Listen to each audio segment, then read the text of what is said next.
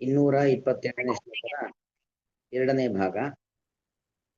ಮೊದಲು ಶ್ಲೋಕ ಒಂದ್ಸರಿ ಹೇಳ್ತೀನಿ.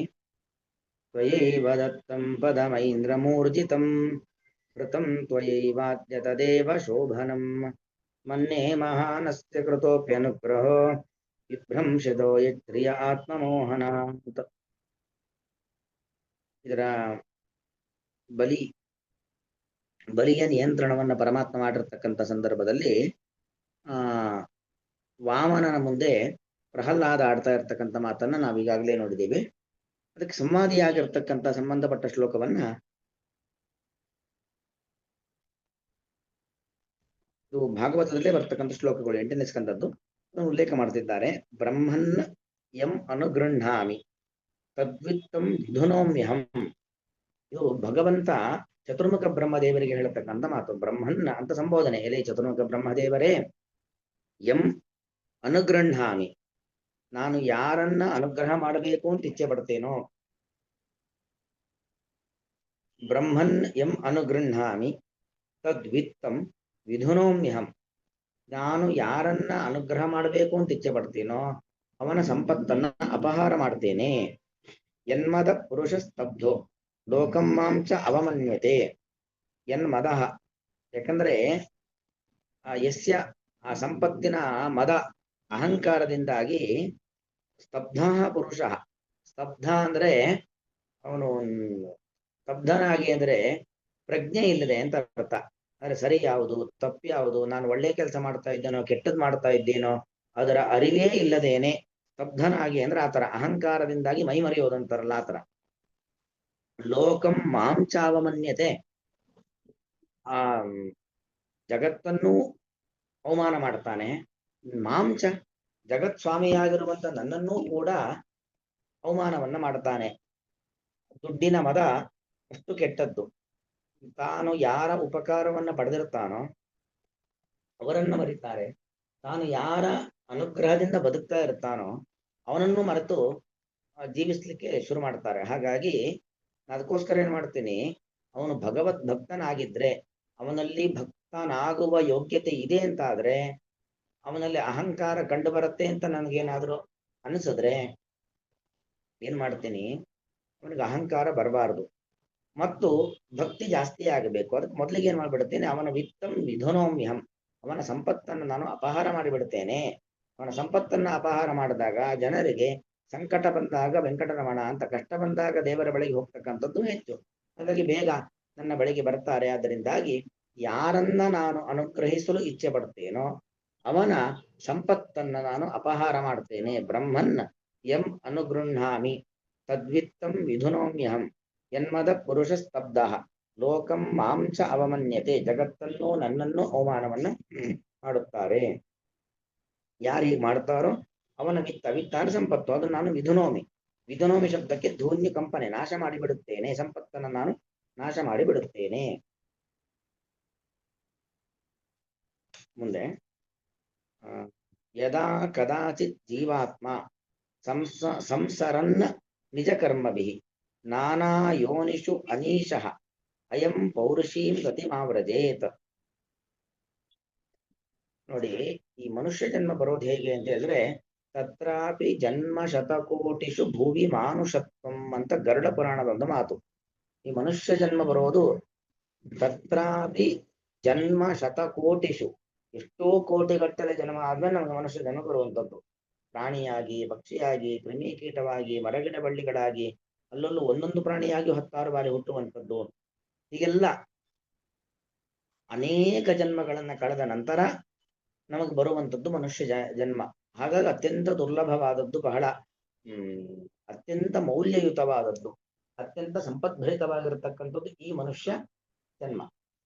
ಅದಕ್ಕೆ ಯದಾ ಕದಾಚಿ ಜೀವಾತ್ಮ ಸಂಸರನ್ನ ನಿಜ ಕರ್ಮಭಿ, ನಿಜ ಕರ್ಮಭಿ ಸಂಸರನ್, ನನ್ನ ಕರ್ಮದ ಮೂಲಕವಾಗಿ ಅವನು ಸಂಸರನ್ ಅಂದ್ರೆ ಹೀಗೆ ಇದೇ ಸಂಸಾರದಲ್ಲಿ ಮತ್ತೆ ಹುಟ್ಟೋದು, ಬೇರೆ ಬೇರೆ ತರ, ಒಂದಲ್ಲ ಎರಡಲ್ಲ ಅನೇಕ ರೀತಿಯಾದ ಜೀವರಾಶಿಗಳ ಸಮುದಾಯದಲ್ಲಿ ಹುಟ್ಟಿ ಹುಟ್ಟಿ ಹುಟ್ಟಿ ಹುಟ್ಟಿ ಹುಟ್ಟುತ್ತಾನೆ. ಆ ಹುಟ್ಟಲಿಕ್ಕೆ ಕಾರಣ ಯಾವುದು? ನಿಜ ಕರ್ಮಭಿ, ಅವನ ಕರ್ಮ. ಅವನ ಕರ್ಮ ಅಂತ ಹೇಳಿದ್ರೆ ಅವನ ಜೊತೆಯಲ್ಲಿ ಇರತಕ್ಕಂಥ ಪುಣ್ಯ ಪ್ರಾರಬ್ಧ ಪಾಪ ಪ್ರಾರಬ್ಧ ಎಂತ ಕರ್ಮ ಆ ಕರ್ಮಗಳ ಮೂಲಕವಾಗಿ ಅವನೇನ್ ಮಾಡ್ತಾನೆ, ಅನೇಕ ಯೋನಿಗಳಲ್ಲಿ ಹುಟ್ಟಿ ಬರ್ತಾನೆ. ನಾನಾ ಯೋನಿಷು, ಅನೇಕ ಜೀವಿ ಸಮುದಾಯಗಳಲ್ಲಿ ಅನೇಕ ರೀತಿಯಲ್ಲಿ ಹುಟ್ಟಿ ಬರ್ತಾನೆ. ಆದ್ರೆ ಅನೀಶಃ ಅಯಂ ಅನೀಶಃ, ಅವನಿಗೆ ಯಾವುದರಲ್ಲೂ ಸ್ವಾತಂತ್ರ್ಯ ಇಲ್ಲ. ಅವನು ಮರವಾಗಿ ಹುಟ್ಟಲಿಕ್ಕೆ, ಒಂದು ಪ್ರಾಣಿಯಾಗಿ ಹುಟ್ಟಲಿಕ್ಕೆ, ಒಂದು ಪಕ್ಷಿಯಾಗಿ ಹುಟ್ಟಲಿಕ್ಕೆ, ಎಲ್ಲವನ್ನೂ ಕಳೆದುಕೊಂಡು ಮನುಷ್ಯನಾಗಿ ಹುಟ್ಟಲಿಕ್ಕೆ, ಇದು ಯಾವುದಕ್ಕೂ ಅವನಿಗೆ ಸ್ವಾತಂತ್ರ್ಯ ಇಲ್ಲ. ಅವನ ಕರ್ಮಕ್ಕೆ ಅನುಗುಣವಾಗಿ ಭಗವಂತ ಫಲವನ್ನ ಕೊಡ್ತಾ ಹೋಗ್ತಾನೆ. ಅವನಲ್ಲಿ ಯಾವ್ಯಾವ ರೀತಿಯಾಗಿರ್ತಕ್ಕಂಥ ಪ್ರಾರಬ್ಧ ಇದೆಯೋ, ಪುಣ್ಯ ಪ್ರಾರಬ್ಧ ಪಾಪ ಪ್ರಾರಬ್ಧಗಳು, ಅದಕ್ಕನುಗುಣವಾಗಿ ಭಗವಂತ ಫಲವನ್ನು ಕೊಡ್ತಾ ಇದ್ದಾನೆ. ನಾನಾ ಯೋನಿಷು ಅನೀಶಃ, ಅನೀಶ ಅಂದ್ರೆ ಅಸಮರ್ಥ ಅಂತ ಅರ್ಥ. ಅವನು ಸ್ವಾಮಿಯಲ್ಲ, ಒಡೆಯನಾಗಿರ್ತಕ್ಕಂಥ ಭಗವಂತ. ಅವನ ಇಚ್ಛೆ ಮತ್ತು ಇವನ ಕರ್ಮ, ಆ ಕರ್ಮ ಮತ್ತು ಭಗವಂತನ ಇಚ್ಛೆಗೆ ಅನುಗುಣವಾಗಿ ಅಯಂ ಪೌರುಷೀಂ ಗತಿಮಾವ್ರಜೇತ್. ಅಯಂ ಅಂದ್ರೆ ಈ ಜೀವ ಅಂತ ಅರ್ಥ. ಈ ಜೀವ ಪುರುಷ ದೇಹವನ್ನ, ಪುರುಷ ಅಂದ್ರೆ ಗಂಡು ಅಂತ ಅರ್ಥ ಅಲ್ಲ, ಈ ಒಂದು ಮನುಷ್ಯ ದೇಹವನ್ನ ಅಂತ ಅರ್ಥ, ಮನುಷ್ಯ ದೇಹವನ್ನ ಪಡೆಯುತ್ತಾನೆ. ಅಲ್ಲಿ ನೋಡಿ, ಅನೇಕ ನಾನಾ ಯೋನಿಗಳಲ್ಲಿ ಎಷ್ಟೆಷ್ಟೋ ಸಾವಿರ ಲಕ್ಷ ಕೋಟಿಗಟ್ಟಲೆ ದೇಹಗಳನ್ನ ದಾಟಿ ನಮಗೆ ಬರುವಂತದ್ದು ಮನುಷ್ಯ ದೇಹ. ಯದಾ ಕದಾಚಿತ್ ಜೀವಾತ್ಮ ಸಂಸರನ್ ನಿಜ ಕರ್ಮಭಿ ನಾನಾ ಯೋನಿಷು ಅನೀಶಃ ಅಯಂ ಪೌರುಷೀಂ ಗತಿಮಾವ್ರಜೇತ್. ಜನ್ಮ ಕರ್ಮ ವಯೋರೂಪ ವಿದ್ಯೈಶ್ವರ್ಯ ಧನಾದಿಭಿ ಯದ್ಯಸ್ಯ ನ ಭವೇತ್ ಭವೇತ್ ಸ್ತಂಭತ್ತತ್ರಾಯಂ ಮದನುಗ್ರಹ. ನೋಡಿ, ಜನ್ಮ ಕರ್ಮ ವಯೋರೂಪ, ದೇವರು ನಮಗೆ ಕೊಡ್ತಕ್ಕಂಥದ್ದು ಇದೆಲ್ಲವೂ ಕೂಡ ಒಳ್ಳೆ ಜನ್ಮ, ಯಾವುದೋ ಒಂದು ಒಳ್ಳೆ ವಂಶದಲ್ಲಿ ನಮಗೆ ಜನ್ಮವನ್ನು ಕೊಟ್ಟಿದ್ದಾನೆ. ಆ ಸತ್ಕುಲದಲ್ಲಿ ಜನ್ಮ ಕೊಟ್ಟದಲ್ಲದೇನೆ ಒಳ್ಳೆ ಕೆಲಸ ಮಾಡ್ಲಿಕ್ಕೆ ಬೇಕಾಗಿರತಕ್ಕಂಥ ಬುದ್ಧಿ ಕೊಟ್ಟಿದ್ದಾನೆ. ಕರ್ಮ, ಒಳ್ಳೆ ಕೆಲಸದಲ್ಲಿದ್ದೇವೆ, ಹಾಗಾಗಿ ಒಳ್ಳೆ ಕೆಲಸದಲ್ಲಿದ್ದೇವೆ.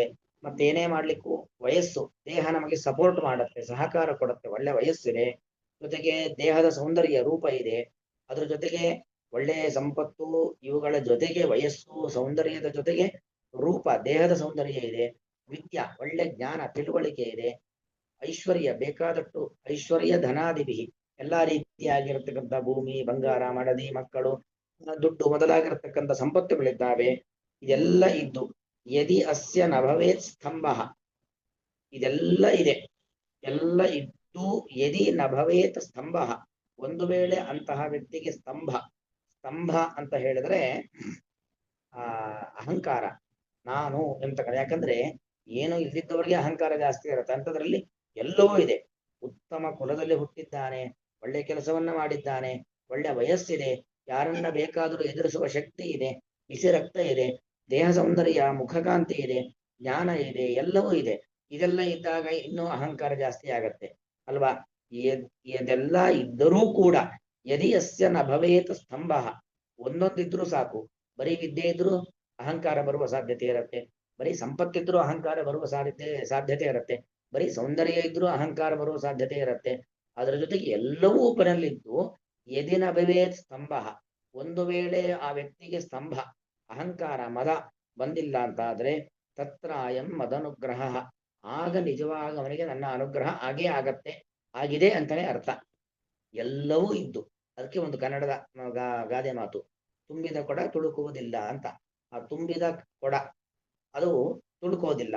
ಅದೇ ರೀತಿಯಲ್ಲಿ ಎಲ್ಲವೂ ಇದೆ, ಜ್ಞಾನ ಇದೆ, ದುಡ್ಡಿದೆ, ರೂಪ ಲಾವಣ್ಯ ಸೌಂದರ್ಯ ಎಲ್ಲ ಇದ್ದರೂ ಕೂಡ ಅವನ ಅಹಂಕಾರ ಬರ್ತಾ ಇಲ್ಲ ಅಂದ್ರೆ ನಿಜವಾಗ ಅವನಿಗೆ ನನ್ನ ಅನುಗ್ರಹ ಆಗೇ ಆಗತ್ತೆ, ಆಗಿದೆ ಅಂತಲೇ ಅರ್ಥ. ಒಳ್ಳೆ ಶ್ಲೋಕ ಇದು. ಮಾನಸ್ತಂಭ ನಿಮಿತ್ತಾನಾಂ ಜನ್ಮಾದೀನಾಂ ಸಮಂತತಃ ಸರ್ವಶ್ರೇಯ ಪ್ರತೀಪಾನಾಂ ಯೋನ ಮುಖ್ಯ ಸಮತ್ಪರಃ.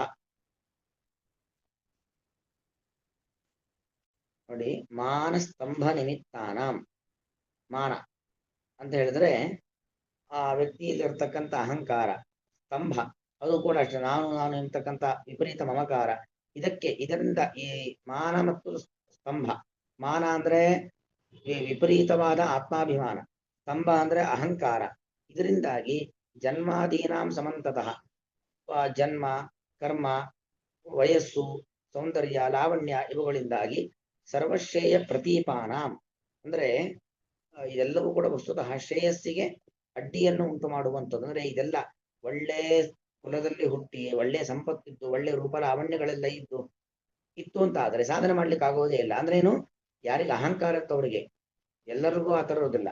ಅಹಂಕಾರ ಬಂತು ಅಂತಾದ್ರೆ ಸರ್ವಶ್ರೇಯ ಪ್ರತಿರಾಮ್ ಯೋನ ಮುಖ್ಯೇತ್ ಸಮತ್ಪರಃ. ಇದೆಲ್ಲ ಇದ್ರೂ ಕೂಡ ಯೋನ ಮುಖ್ಯೇತ್, ಯಾರು ಮೋಹಕ್ಕೆ ಒಳಗಾಗುವುದಿಲ್ಲವೋ ಅವನು ಮತ್ಪರ, ಅವನು ನನ್ನನ್ನೇ ಪರದೈವ ಅಂತ ತಿಳ್ಕೊಂಡಿದ್ದಾನೆ, ಅವನೇ ನಿಜವಾದ ನನ್ನ ಭಕ್ತ. ಹಾಗಾಗಿ ಎಲ್ಲವೂ ಇದ್ದು ಯಾರು ಭಗವದ್ ಭಕ್ತನಾಗಿರ್ತಾನೋ ಅವನೇ ನಿಜವಾಗಿರತಕ್ಕಂತಹ ಭಗವಂತನ ಭಕ್ತ, ಭಗವಂತನ ಅನುಗ್ರಹಕ್ಕೆ ಪಾತ್ರನಾದವನು ಅಂತ ಈ ಶ್ಲೋಕದ ಅಭಿಪ್ರಾಯ. ಹಾಗಾಗಿ ಭಗವಂತ ಏನನ್ನಾದರೂ ನಮ್ಮಲ್ಲಿ ಇದ್ದಂತ ಸಂಪತ್ತನ್ನ ಕಸಿದುಕೊಂಡಿದ್ದಾನೆ ಅಂದ್ರೆ ಅದರ ಉದ್ದೇಶ ನಮ್ಮನ್ನ ಅನುಗ್ರಹ ಮಾಡುವಂತದ್ದಾಗಿದೆ ಅನ್ನೋದು ಇದರ ಅಭಿಪ್ರಾಯ.